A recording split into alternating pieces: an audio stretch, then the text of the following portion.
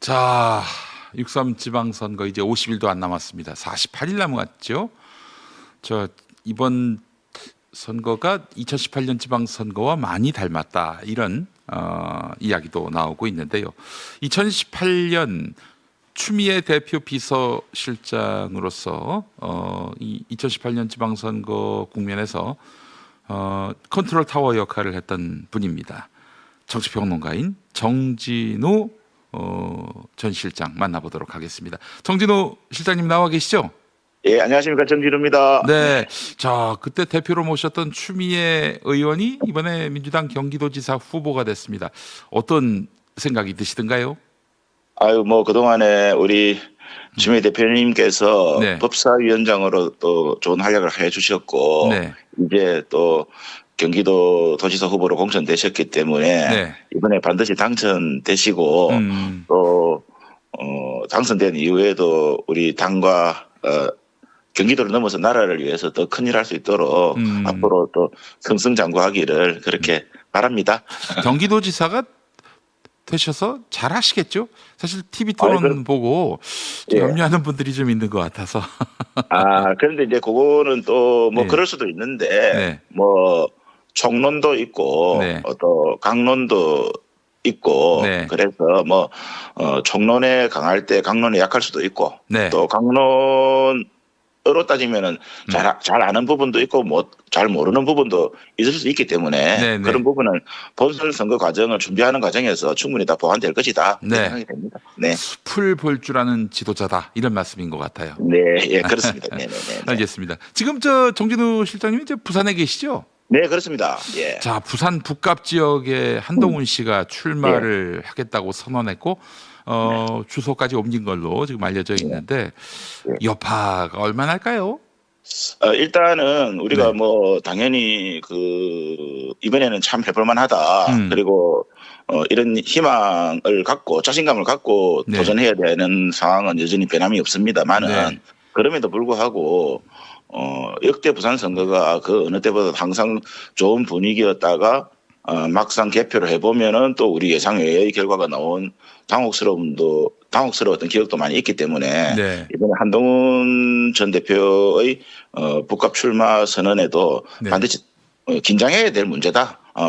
한동훈이 나오든 말든 별 상관없다 이런 것이 아니라 상당히 긴장해야 될 사안이다 이런 네. 생각을 갖습니다. 네. 자, 그러면은 지금 네. 저쪽이 이제 한동훈이 나온단 말이에요. 근데 그때 예, 국민의힘 예. 후보로 나오는 게 아니라 예. 국민의힘에서 출당 당한 네. 상황에서 이제 무소속으로 나오는 거란 말이죠. 맞습니다. 예. 국민의힘 그 정치인들 중에는 한동훈한테 그냥 그 지역구를 주자 맞습니다. 예. 이런 사람들도 있는가 하면은 그 장동혁 대표 등 당 지도부는 있을 수 없는 일이다. 출당당한 사람인데 아니 제명당한 사람인데 예, 그 그렇습니다. 사람에게 이렇게 당이 사실상 단일화해주는 이런 상황은 당의 존재를 그야말로 부정하는 것이다 이러면서 또 반발하고 있는데 결국 어떻게 될까요? 결국에는 지금으로서는 그 두 가지 가능성이 다 있고 단일화 될 수도 있고 단일화 되지 않을 수도 있을 텐데 일단 네. 무공천 할 가능성은 없어 보이고요. 일단 공천은 한다. 예. 예. 그런데 단일화 될 가능성은 선거가 가면서 아무리 정치적 장동혁이나 누구 어떤 사람들의 정치적 입장이 있다 하더라도 네. 선거가 가면 갈수록 단일화했을 때는 필패라는 여론조사나 이런 구도가 성립이 된다면 네.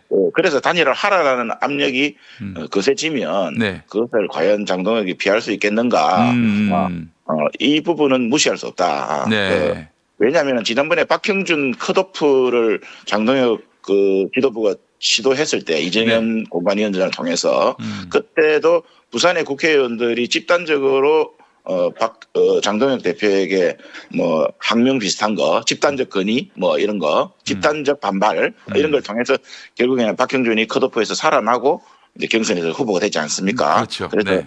이번에도 만약에 이런 상황을 놓고 부산의 국민의힘 국회의원들이 전부 다 모여서 장동혁에게 대항한다면 장동혁도 그것을 어떻게 끝내 그 부분 할 수 없겠지만 그런데 이제 제가 어제 좀 취재를 해보니까 네. 박형준 때와는 달리 예. 한동훈에 대해서는 강경한 국회의원들도 분명히 존재하고 있더라고요. 그래서 단일 안으로 모아지기는 쉽지는 않다. 그러나 그것 또한 그 막판까지 봐야 되는 건 아니겠는가. 그러니까 결국 그 말씀은 이거예요. 예. 한동훈으로 단일화했을 경우 승산이 있다라고 한다면 그렇죠. 이제 단일화 압박을 예. 장동혁도 받을 수밖에 없다 이런 얘기인데 그렇습니다. 해봤자 안 된다. 해봤자 예. 안 된다. 혹은 국민의힘 후보만으로도 충분히 이길 수 있다라고 판단된다면은 뭐 단일화를 그렇겠죠. 굳이 할 필요가 예. 있겠는가 하는 얘기가 나올 것 같아요. 그렇습니다. 예. 그러니까 국민의힘 후보로 해서도 이길 수 있다라든지 아니면은 단일화 해봐야 자기들이 안 된다. 그런 상황은 자기들의 고민일 뿐이고 우리 입장에서는 그때는 우리도 뭐 자기들이 단일화 하든지 말든지 별 상관이 없는 거 아니겠습니까? 네, 민주당이 네. 무조건 이긴다는 말인데 예. 그렇다고 봤을 때는 어쨌든 우리 입장에서는 저쪽에서 최종적으로 단일화 한다고 봐야 되지 않는가. 네. 일단 항상 최악의 경우를 상정해야 그렇죠. 되기 때문에 그걸 대비하고 예, 우리가 그렇습니다. 그 예. 선거 전략을 세워야 한다 이 말씀이고. 유비무환을 해야 되겠죠. 그러니까. 그런데 예. 지금 민주당에서는 하정우 수석이 나와야 하느냐 마느냐 여기로 논의가 좁혀진 것 같습니다. 예, 하정우 예, 수석이 예. 나와야 하는 것인지 굳이 하정우가 아니더라도 역량 있는 좋은 인사 앞세우면 된다라고 봐야 하는 건지 우리 정진우 실장님 어떻게 보세요? 저는 하정우 수석이 나오는 것과 나오지 않는 것 뭐 그것에 앞서서 지금 후보를 선택하고 결정해 가는 과정 프로세스 관리가 네. 좀 잘못되는 것 아니냐. 그래요. 예. 아니 하정우 수석도 좋은 분이고 예를 들면 네. 그러면 나오시려면은 적당하게 이렇게 그 지금처럼 뭐 인구 해제되다가 네. 이제 나오셔야 예를 들면 되는 거고 네. 만약에 하정우가 불발될 가능성이 있다라는 염두에 뒀다면 네. 뭐 또 다른 사람을 같이 또 그 투트랙으로 가지고 가고 있었어야 됐는데 네. 지금은 마치 만약에 하정우 수석이 불발이 되면 네. 다른 후보는 그냥 뭐 2선발 정도 되는 거 아니겠습니까? 글쎄 말이 그러니까 지금 정청래 대표 다른 식으로 후보도 참 좋은 후보들이 많지 않습니까? 지금 저기 하정우 아니면 안 된다 이래 버리면 예. 하정우가 만약에 안 됐을 경우 다른 후보가 오면 그냥 2등 3등 2류 3류 후보가 되는 거예요. 그렇게 당 지도부께서 뭐 더 깊은 뜻이 계셨겠지만 부산에 있는 뭐 제가 보는 시각에서는 다소 좀 아쉬운 측면이 있다 이런 생각이 갖습니다. 그래요. 지금 이렇게 스스로 이제 상황을 예. 어렵게 만들고 있는 당 지도부의 행동은 참 이해할 수가 없습니다. 지금. 예. 어제 밤늦게부터는 사실상 그럼에도 불구하고 이게 약간의 어떤 그 연출이다라는 시각이 있었는데 어제 밤늦게부터는 사실상 아니지 않는가라는 느낌도 들고 왜냐하면 하정우 그 후보가 하정우 수석이 못 올 것이다. 이게 지금 대세를 이루고 있다. 예, 그렇게 약간 이제 좀 징후들이 나타나고 있더라고요. 예를 들면 예, 그래서 걱정이 됩니다. 일단. 그럼 지금 대안으로 꼽힐 만한 분이 계신가요? 아니 대안으로는 우리 민주당 당원이 200만 300만이기 때문에 얼마든지 좋은 후보들이 계시겠지만 현실적인 대안으로는 뭐 전에 부산시장 후보를 하셨던 김영춘 전 장관님 같은 경우는 정계 은퇴를 하셨고 정계 은퇴를 하셨고 또 부산에서 국회의원 하셨던 최인호 전 국회의원은 지금 한두 달 전에 그 공공기관장으로 가셨고 예 그래서 그렇고 그다음에 박재호 전 의원께서 지금 부산시장 전재수 후보 선대위원장 역할을 지금 하고 계셔서 그러나 조금 자유로운 상황에 있고 그다음에 또 변성환 부산시당위원장님은 어쨌든 시당위원장이 되셔서 이제 지방선거를 공천 과정 이런 거 다 지휘하고 계시기 때문에 지금 이 상황에서 빠지기는 또 어렵고 또 당원 당규를 또 예를 들면 특례 조항을 만들든지 해야 되는 상황도 있고 이제 그러면 이제 남는 분이 우리 김두관 의원님 정도 안 될까 뭐 이런 생각을 갖습니다. 예. 뭐 그런 정도에서 셀렉트가 될 건지 아니면 새로운 어떤 분이 계실지는 뭐 또 두고 봐야 될 것 같습니다. 아니 그렇기 때문에 당 지도부는 하정우 수석이 정말 필요하다면 물밑에서 계속 청와대를 상대로 설득을 했었어야 했는데 아니 대통령은 안 된다고 했는데 그 이튿날부터 계속 하정우 이러고만 있어요. 참 이건 하정우 수석이 참 훌륭하신 분이고 AI 전문가로서 국가적으로 중요한 분이기 때문에 네. 굳이 보궐선거에 차출해야 될 필요가 있느냐라는 지적을 넘어서서도 네. 일단은 하정우 수석 같은 분과 전재수 의원이 당선된 이번에 세 번이나 당선됐던 네. 4번 떨어지고 3번 당선됐던 네. 부산 북갑은 약간 북갑의 지역 정서하고는 약간 미스매치가 사실 있긴 있습니다. 네. 사실 여기는 뭐 특별히 첨단 산업 지역으로 성장할 것도 아니고 또 구포시장이라고 하는 그 전통시장을 네. 끼고 있는 뭐 부산의 대표적인 요즘은 좀 많이 달라지면 옛날에는 산동네였거든요. 네. 그래서 부산의 대표적인 산동네였습니다. 그래서 이제 우리 하정우 수석 같은 경우에는 뭐 수도권에 젊은 사람들이 많이 있어 용인이라든지 뭐 이런 반도체 판교라든지 뭐 이런 데하고 어울리는데 북갑에서 돌파가 가능할 거냐라는 그래서 괜히 한 사람 하나를 좀 힘들게 하는 거 아니냐 네. 이런 걱정도 좀 하기는 했었고 그럼에도 불구하고 최선의 대안이라면 또 돌파 못할 것도 없다 뭐 네. 이런 생각도 했는데 일단은 어쨌든 하정우 수석이 마지막까지 신중하게 결정하기를 그렇게 저는 바랍니다. 예. 네. 자, 지금 전재수 후보 부산시장 후보로 나서게 됐는데 네. 어떻게 가능성은 어느 정도 된다고 보십니까? 이번에 당선될 가능성. 역대로 부산 선거에서 15% 정도 여론조사에서 이기고 있으면은 우리가 한 2, 3% 이기더라고요. 네. 개표를 하면은. 예. 그리고 8, 9% 이기면은 1, 2% 차이로 집니다. 지금 역대 우리 경험으로 봤을 때는. 예. 저도 과거에 선거 나갔는데 20% 이기고 있었는데 5% 졌습니다. 본선에서.